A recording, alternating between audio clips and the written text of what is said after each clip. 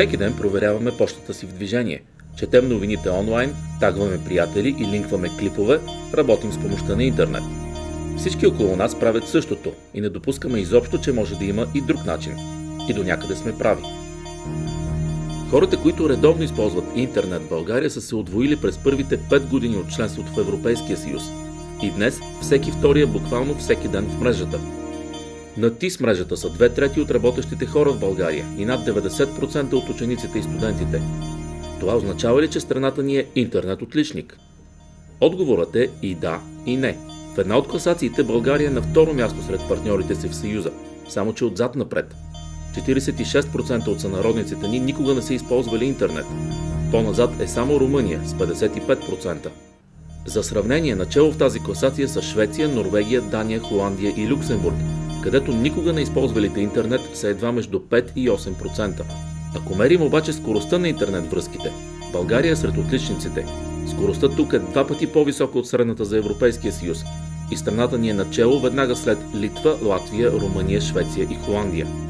Което, ако се анализира, показва, че всъщност има голяма диспропорция между достъпа до интернет в градските райони, където той е изключително добър и практически цялото население има достъп до изключително качествен, бърз и от друга страна евтин интернет, което е резултат от свръхконкурентността на телекомуникационния пазар, от факта, че бившите монополисти на този пазар дълго време отказаха да предоставят интернет услуги и всъщност пазара се самоорганизира и се случи балканският феномен с кварталните LAN доставчици, откъдето всъщност тръгна цялата тази свръхконкурентност, която сега ни дава това качество на интернет. От друга страна имаме много слабото проникване на интернет в извънградските и селските райони, където просто няма икономическа логика да се развива интернет инфраструктурата.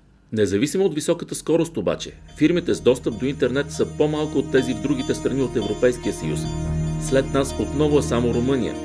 Този път обаче последните места не са проблем, защото разликите са много малки. Почти 90% от фирмите тук имат достъп до интернет, докато средно за Евросъюза процентът е 95%. Някои обаче са близо до съвършенството. Австрия, Дания, Литва. А в Холандия според Евростат просто няма фирма, която да е без достъп до интернет. Още по темата четете на Капитал.bg.